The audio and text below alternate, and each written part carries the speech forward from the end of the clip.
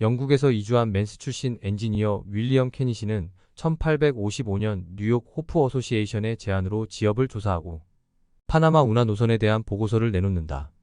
미국 의회는 케니시가 제안한 경로를 탐사하기 위해 해군 육군 합동 군사 탐험을 승인한다. 이집트의 이스마일 파샤가 마침내 1869년 수에즈 운하를 완공하자 카리브해의 파나마 운하 구상안이 확산된다. 프랑스는 미국의 국제은행 가문으로 부상한 유대계 셀리그먼가와 파나마 운하 회사, 주식 인수단을 구성해 운하 건설에 적극적으로 나선다.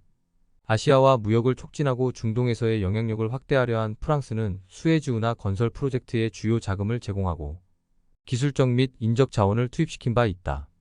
수에즈 운하 건설을 주도한 프랑스의 페르디난드 드 레셉스는 파나마 운하 회사의 사장으로 임명된다. 남북전쟁을 승리로 이끈 율리시스 S. 그랜트는 강요들의 이딴 사태와 부패 스캔들의 위기를 맞는다. 금광을 장악한 국제금융재벌은 은광의 채취량 증가로 패권적 지위가 흔들리자 1873년 화폐주 조법을 만들어 은하의 유통을 금지시킨다. 국제금융재벌은 긴축법안에 이어 화폐주 조법으로 재정난과 경기 침체에 직면한 미국을 경제 대불황에 몰아넣는다. 경제 위기가 터지면서 미국이 검토한 니카라과 운하 사업과 파나마 운하에 대한 논의는 중단된다. 프랑스가 파나마 운하를 주도한 시기에 요제프 셀리그먼의 동생 제시 셀리그만은 미국과 프랑스에서 주식 판매를 책임진다. 셀리그먼가는 국제은행 네트워크를 구축하여 그린백을 채권 형태로 판매하여 미국채 인수와 판매의 독점적 지위에 오른 바 있다. 제시 셀리그만은 주식 발행을 통해 6억 달러를 조성하는 데 성공하지만 프랑스의 이익을 위해 일한다는 비판을 받는다. 수에즈 운하와 같은 높이의 운하를 원한 레셉스는 선박이 수문 없이 통항하는 운하를 설계한다. 하지만 운하가 시작되는 샤그레스강이 우기에 10m까지 치솟고 열대성 질병으로 수천 명의 근로자가 사망하자 난관에 부딪힌다.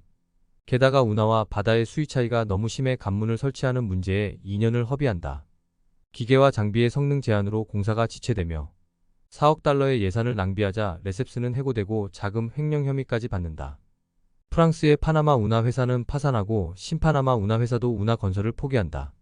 파나마 운하와 관련된 의회 조사에서 불법 혐의를 벗은 제시 셀리그만은 시어도어 루스벨트가 운하 계획을 재개하자 로비에 나선다.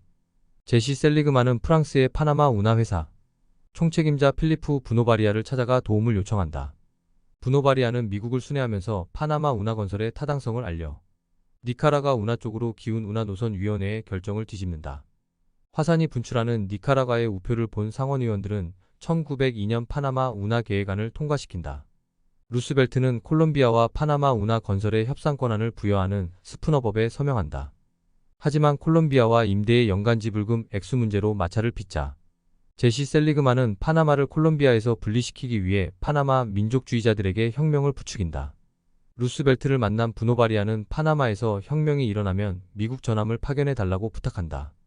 1903년 혁명이 일어나자 미국은 말라리노 비들락 조약의 근거에 전함으로 파나마의 해상 항로를 봉쇄시킨다.